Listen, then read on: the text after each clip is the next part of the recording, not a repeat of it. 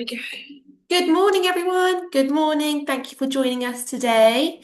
Hope you can hear us all right. If you can just pop a message in the chat box that you can hear us okay, and let us know where you're joining us from in the world today. Hopefully, it's not too warm where you are and you're all coping okay in the sun.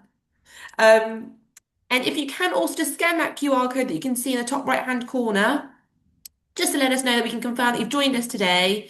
And on the form that you scan, it'll ask you to pop in what it is that you've joined us with today. So if you can just pop in Morocco, we'll know you joined our webinar, and we will also give you an entry to our prize draw. So our current incentive is giving you guys the opportunity to win £2,000 to win your very own voucher to travel with us and not in the guidebooks. So scan that QR code for those of you that are just joining in to make sure you get entered into that prize draw. We'll give you one free entry this morning. If you can't scan that QR code for any reason, there is a link in the box, in the chat box as well. We'll just give a few more seconds for a few more people to join. Good morning. Thanks for letting us know where you're from. We've got Leicester, we've got Windsor, Guernsey, Cheshire. You're joining us from all across the UK. You can see that I'm joined with Debbie this morning. Good morning, Debbie. You're going to hear from Morning. Debbie Morning, all today everyone. about her adventures in Morocco and Michelle from our marketing team as well. Good morning, Michelle. Morning, everyone. Fabulous. So a big thank you for taking the time to join us this morning. Hopefully we won't keep you too long, but you are going to be shortly handed over to Debbie. And Debbie today is going to be going through her adventure in Morocco, which is going to be, you're in for a treat because it looks very exciting. Lots of lovely imagery, lots of videos for you to see today. We're going to talk about why book Morocco, not in the guidebooks, what makes a difference when you travel with us. And this is being recorded, so you can listen back, share with any colleagues. And we'll do a little Q&A at the end as well. So do share any questions in the chat box. So without further ado, I think we've got people on now. So over to you, Deb. Thank you. Thank you, Manisha. And thanks everyone for joining today. I appreciate it. Yeah, we're here obviously to talk about Morocco. I enjoyed a fabulous trip here with my daughter. It was actually, believe it or not, 2 years ago now that I did this trip with my daughter. But I think, what really highlights for me is it is still 2 years later, fresh in my mind because of the memories that we made whilst we were there. And before I take you through my itinerary, I just want to set the scene really. Morocco really is one of those destinations that genuinely has something for everybody. You know, within one holiday, you can be wandering around the souks of Marrakesh, you can be hiking in the Atlas Mountains, you can spend a night under the stars in the Sahara, and you can also enjoy some time on the coast as well. So it has such a vast amount of things to offer, from culture, adventure, relaxation, chill out time, incredible food, and it's in fantastic value as well. And I think what's really great is it's all within a relatively short flight from the UK, just 3 to 4 hours away, which is great. And I just thought I'd show you this slide here, which really does highlight the amount of routes that we have from the UK. So, airport, uh, and, the amount of airs in Morocco as well. So, and is that you get for Moroccan flying incredible. So yeah. So anyway, enough about Morocco and flights and that in general. I want to talk to you about my fabulous trip that I took with my daughter in May 2 years ago. You can see there we are. My daughter's called Zara. She's there in the pictures. And I'm going to take you through our journey so you'll see exactly what your clients will experience, because this was a not in the guidebooks trip. So from arriving in Marrakesh to crossing the Atlas Mountains, sleeping in the Sahara, and everything in between. And as Manisha said, I've got some videos of some of my favourite moments as well. So let's just start off and I'll just show you the route we took. So there we go. Flew into Marrakesh. We then headed out into the Atlas Mountains, over to Dades Valley, Todra Gorge, before we headed into the Mazuga Desert. And then we headed back, taking some lovely sights back to Ouarzazate, and then finally finishing back in Marrakesh. So that was our route. And I just thought I'd show you on this map because this highlights some of the key destinations within Morocco, but you can see the places from my route on this map. So you can see Marrakesh, Mazuga, and Ouarzazate. And you can see just how vast Morocco is because obviously I just covered sort of a triangle there in the southern part of Morocco. There's so many other places to see in Morocco as well. And to give you an idea of the distance just between Marrakesh and Ouarzazate, for example, that distance is around 200 kilometers, just over 200 kilometers. So it takes about 4 to 5 hours to drive. That's the distance between Marrakesh and Ouarzazate. Ouarzazate is the one beginning with O. It sounds like it should begin with W, but it begins with O.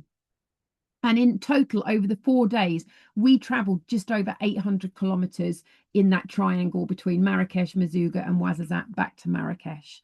But honestly, don't think, oh my goodness, 800 kilometers in 4 days, that's an awful lot. But actually, the driving is all part of the experience. You're constantly stopping, whether that's at viewpoints, villages, local workshops, cafes, markets. You never really feel like you're spending that much time in the vehicle because there's always something to see and do along the way. I loved it because we were passing through villages where, we could see the locals on donkeys going about their weekly shop. It was just incredible. And of course, because this is a private tour, we could stop whenever we want. It was just us in the car. So whenever we wanted to stop, and very often, I'm sure my driver got pretty frustrated with me because I'd go, stop, stop, because I wanted to take a photo of something. But that's great when you're on a private tour that you can do that. So we did start in Marrakesh, and I did decide to have a one night pre-tour stop in Marrakesh so that we were fresh and ready to go the next morning. So at 9 o'clock, we were picked up. We were headed out for our first overnight destination, which was in Dades Valley, as you saw on the map. But we had lots of stops planned en route. The most famous one being Casbah Ibn Hadou. That's where we were kind of heading, but we had lots of bits to do on the way there. So our first stop was actually at a woman's cooperative. So woman's argan oil. They were making argan oil here, which obviously Morocco is very famous for. So what I really liked that this wasn't just a shop. Very often when you're on a tour, you stop in, oh, let's stop in this shop and you can buy some argan oil. We were shown the whole process from cracking, the hard argan nuts by hand to grinding them into the oil using the traditional stone mills. It was fascinating to see just how much work goes into producing a single bottle of argan oil. And these cooperatives provide employment, obviously, for the local women. So it's a really good opportunity and a great opportunity for Zara and I to learn about an important part of Moroccan culture, while obviously directly supporting the local community as well. So I loved that stop. That was one of our first.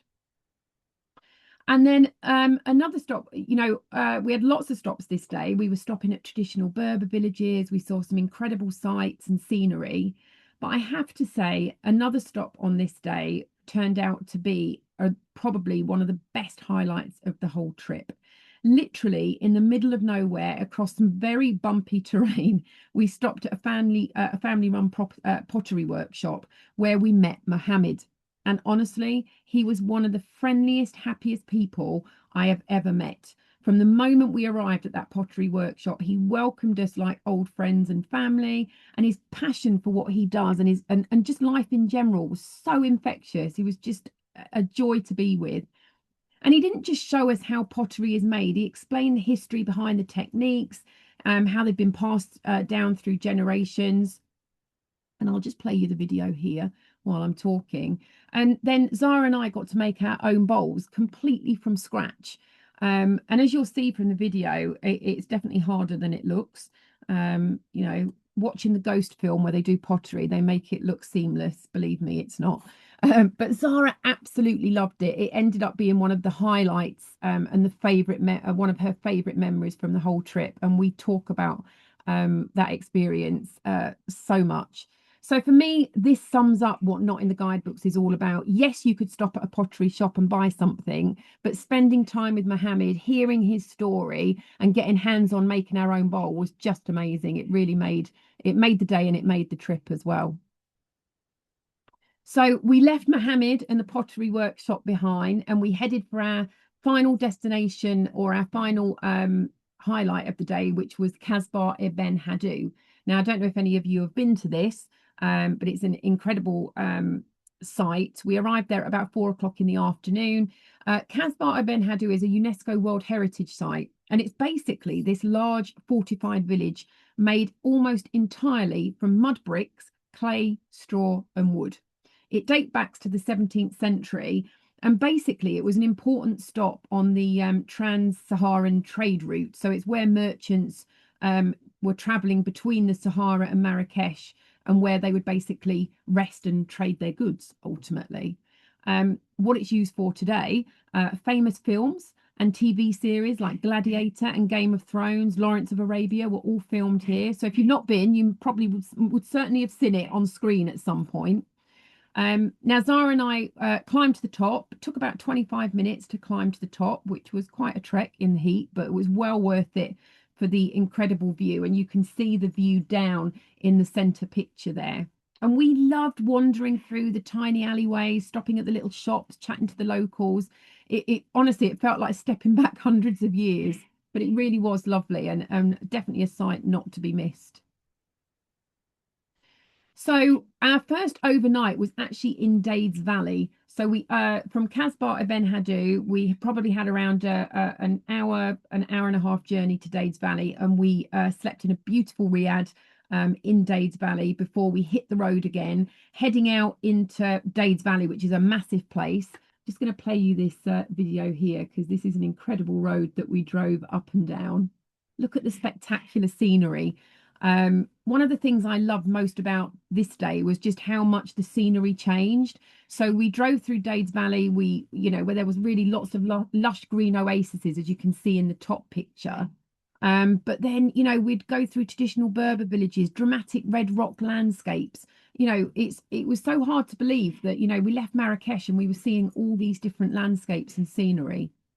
And we arrived at Todra Gorge, which is basically a spectacular natural canyon with walls as high as 300 meters.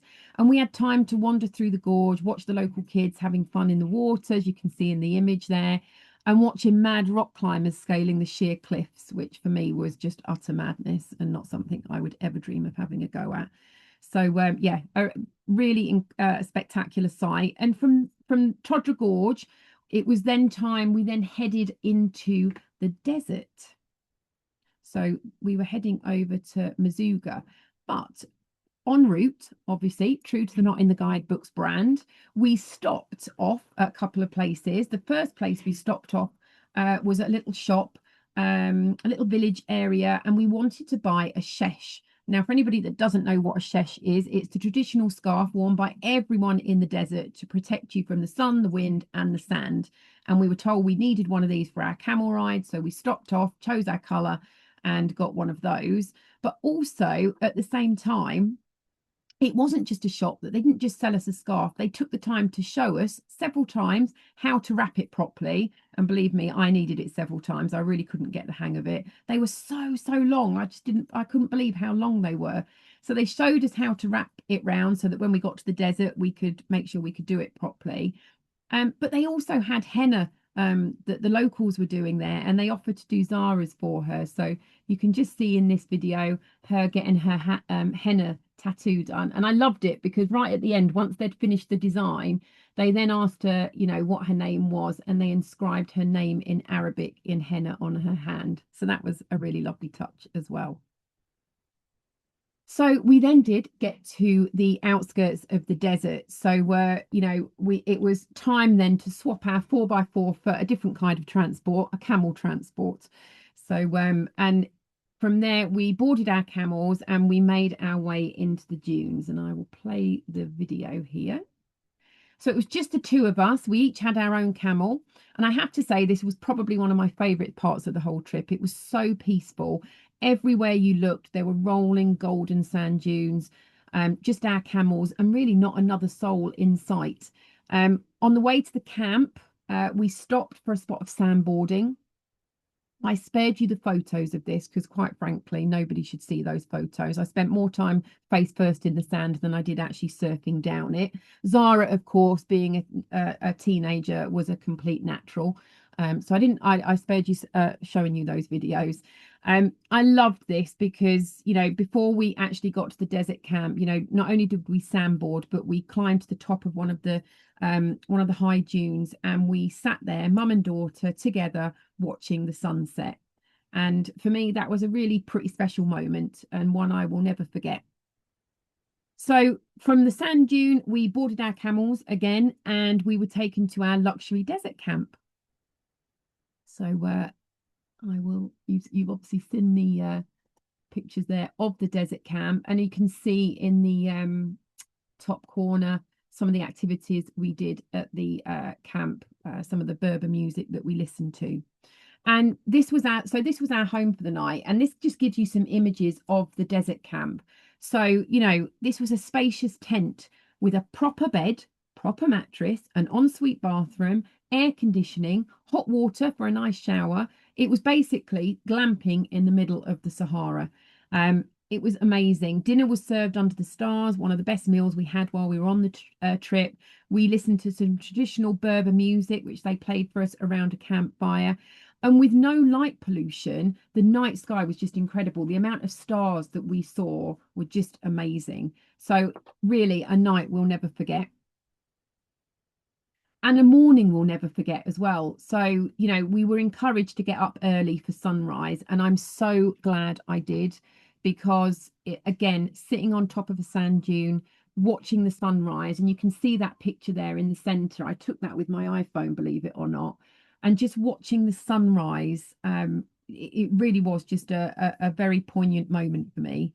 So that was really lovely. And then after breakfast, we swapped again. We swapped the camels for another mode of transport, quad biking this time. So let me just play you the video here while I'm talking.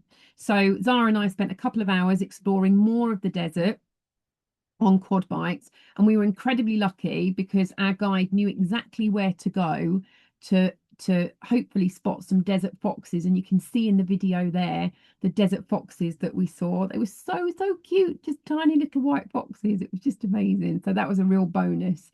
And it, again, just a real fun activity that we added on to the trip.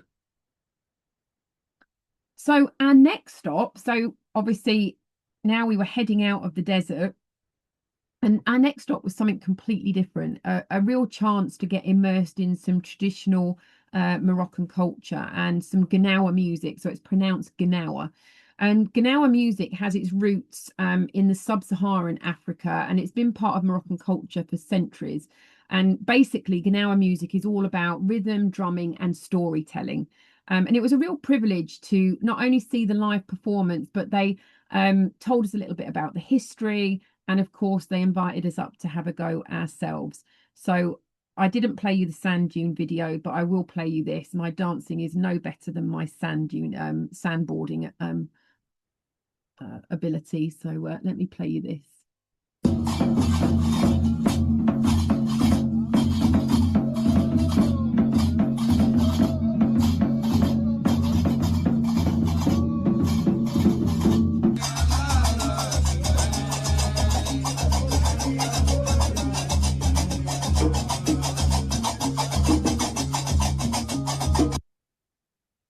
There we go. I told you my dancing ability wasn't any better than my sandboarding.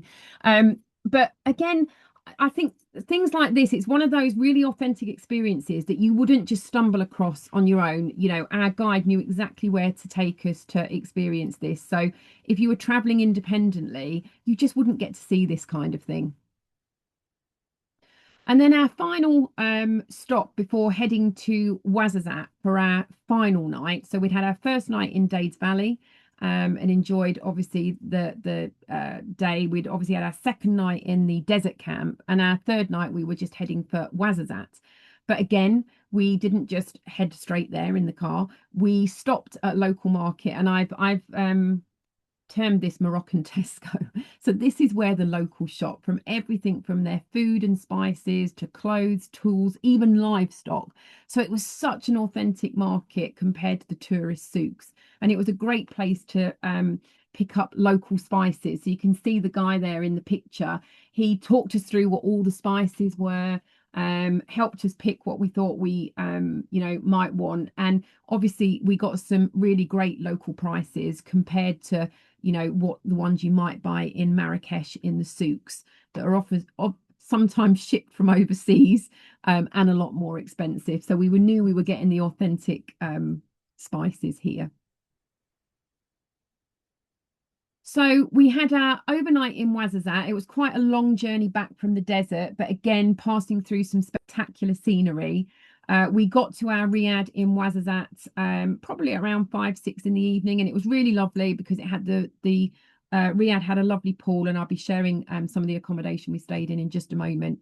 So it was great. We had time to chill out after the long journey, have a swim, have a really lovely dinner before enjoying a good night's sleep. And then the next morning, obviously, we were heading back to Marrakesh. But before we headed back to Marrakesh, obviously, we wanted to stop en route.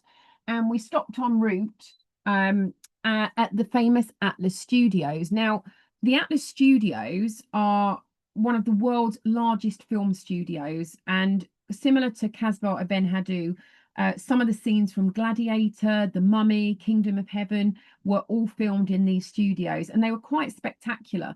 You got to sit in some of the set pieces. It was pretty cool. Zara really enjoyed it. So, really quite good for families with older kids seeing stuff like this. And then it was back.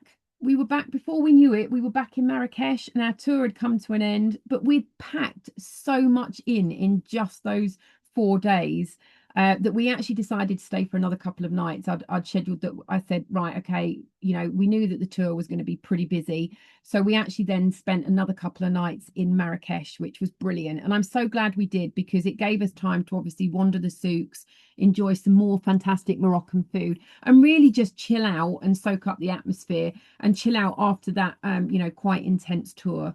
And I would recommend it, if you've got customers that want to really experience Morocco, this is a great trip, and ending it with a couple of days in Marrakesh or even on the coast is brilliant because it just means that you can chill out, and it just makes for a perfect trip.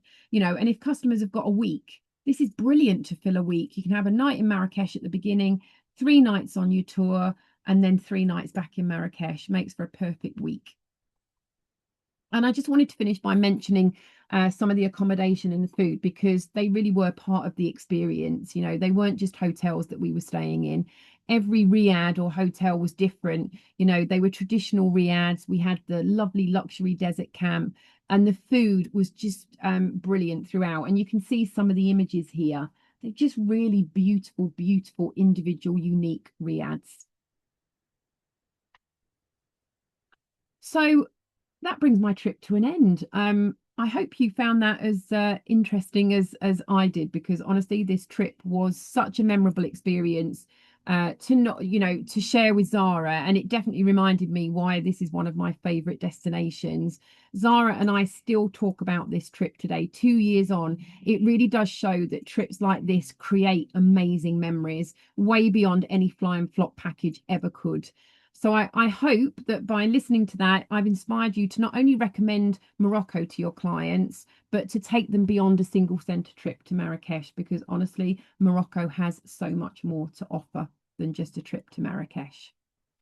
So I thought just very quickly, before I pass back to Manisha, I'd just share a few of the itineraries that we have on Not in the Guidebook. So this is basically the Moroccan adventure, Marrakesh to the desert. This is exactly the one that I've just talked you through. So this is available on the website. This one actually is the 3 nights plus then 2 nights in Marrakesh. And if you want to add another couple of nights on, maybe one at the beginning and an extra one at the end, we can absolutely do that for you. So I'm not going to talk you through that one because I've just talked you through it day by day.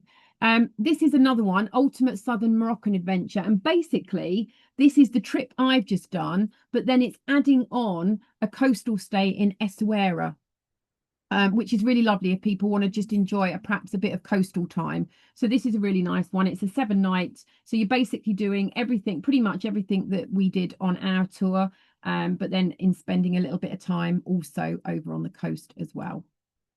And then finally, the northern cities of Morocco. Now, I have been to Morocco 3 times now. I have done Marrakesh. I've obviously been out into the Atlas Mountains and done the desert. I've been over to Agadir and I've experienced Essaouira. I have yet to do the northern cities. So definitely these are on my list. So the places like Rabat, Tangier, Chefchaouen, which is known as the Blue City, Fez, Meknes. So basically all the imperial cities. And this tour takes it all in. It's a 9 night tour and it takes in all of those cities. And again, making sure that you've got all those immersive experiences, just like the ones I experienced on my trip, built into the itinerary. And again, of course, staying in some really lovely, unique riads as well. So that really does bring me to the end of Morocco. Obviously, Morocco is a year-round destination. The weather, you can literally go any month in Morocco. It's great. The summer is obviously hot, but still absolutely doable. We traveled in May. I thought that was a brilliant time to go, as is September, October, November for those desert experiences. So, make sure you're promoting them now for perhaps October, November this year. They're ideal for couples, they're ideal for families, and they're ideal for small groups. So honestly, you should be promoting these on your socials. And obviously, the not in the guidebooks tours, everything we've got on the website for Morocco, they're carefully designed private itineraries, full of all those immersive experiences and handpicked stays. And of course, because they're private, not only can you, make some little stops on the way that perhaps weren't scheduled, but right from the beginning, before you even go, if the itineraries aren't quite right on the website, you can tweak them with us. So Manisha, I'm going to hand over to you just to sort of take us through not in the guidebooks in general. Absolutely. And I think, guys, I think you can absolutely agree. A big thank you to Debbie for sharing her trip and just wow. If this, give us a heart if this sounds like something that you would like to do yourselves, or you think you've got customers in your mind that you can definitely share this with. Give us a heart to let us know. Lots of hearts flying around. So hopefully you can get all these out to your customers and really inspire them. And I think what I wanted to touch on now, just for the next few minutes, to let you know kind of what makes Not in the Guidebooks different. And essentially, the biggest thing for us is our local hosts that we work with. So this is what really is at the heart of Not in the Guidebooks.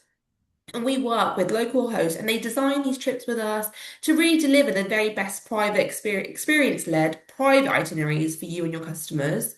So we actually, the team behind the scenes, they're talking to these guys, make sure they're the best for their knowledge, they're passionate, they've got the teams on the ground to really showcase the very best, the hidden gems of exactly what that destination is, for your customers. And then again, Debbie's went through this and you've hopefully demonstrated this on her itinerary. But at Not the Guidebooks, these are our three key pillars. If anything you take away from this, do remember we're all about authentic experiences, unique stays, and private journeys. So really giving your customers authentic, they see all the highlights of a destination, but as well as seeing the intimate, more unique parts of it. They're staying in some really unique handpicked accommodation that really becomes part of the journey. It's not just where they're staying for that night. It is, they can talk about sleeping under the stars and having, some gorgeous glamping moments. And then it's private. So it's, giving that flexibility. If you want to change things, swap things around, you're not stuck to a very strict itinerary. It can be what it is that you need to do. So do think of us for these, and this is absolutely what sets us apart. And in terms of where we go, just wanted to touch base. You might not know, but we go to over 30 destinations, so we can take your customers worldwide. Here's just a little handpick of a few destinations. Check out our website because there's tons of itineraries on there that are literally off the shelf. You can share to your customers. They're ready to, be booked as they are. They can be tweaked or personalized if they need to be, but they have been put together, like I said, with our product team, with the guys that are on the host on the road, in the destinations as well. Um, and you'll see that they're kind of summarized into three key segments for us. We've got Arctic breaks, which are the 3 and 4 short night stays in places like Norway and Finland. Then we have our immersive exploring, which is where Morocco would sit. So a lot of the immersive itineraries with all those unique experiences, they'll sit in here. And then we have our special interest holidays, which you may or may not be aware of. So, if you've got customers that have got hobbies, whether it's surfing, yoga, horse riding, painting, cooking, there's lots of holidays we offer with that special interest at the heart part of it. So these can all be visited on our website for more information to check out and, see something that you might not think of us for, might not know us about, have a little look. And then in terms of marketing, we want you to inspire your customers. These are holidays that are not just, package off the shelf. These are really curated trips. So on our agent hub, you will find ready-to-made itineraries, lots of content you can download. These videos that Debbie showed, they're on there. So there's no reason for you not to get them on your socials, inspire your customers, show them what Morocco is all about, sorry. And get them to inquire and hopefully book with us as well. And then all webinar trainings, including this one, will be on there as well. So if you've missed out on any previous trainings, you can listen back. And I'll leave this on the screen for just a second, but we've got our Facebook group and our WhatsApp group. Hopefully you are part of them, but if you're not, scan the QR codes, and on there you'll get content updates, product updates. We share daily offers that are ready for you to lift and shift. They can be copied and pasted straight to your customers. There's imagery on there, videos on there that you can use, and we do have live chat as well. So on our website, if we appreciate, everyone's very busy at times. So if you want to just pop a message onto live chat, they are real human beings with our team behind the scenes. It's not just a robot, so you can speak to the team on there as well. Or of course, you can call and email us, and the details are on the screen as well.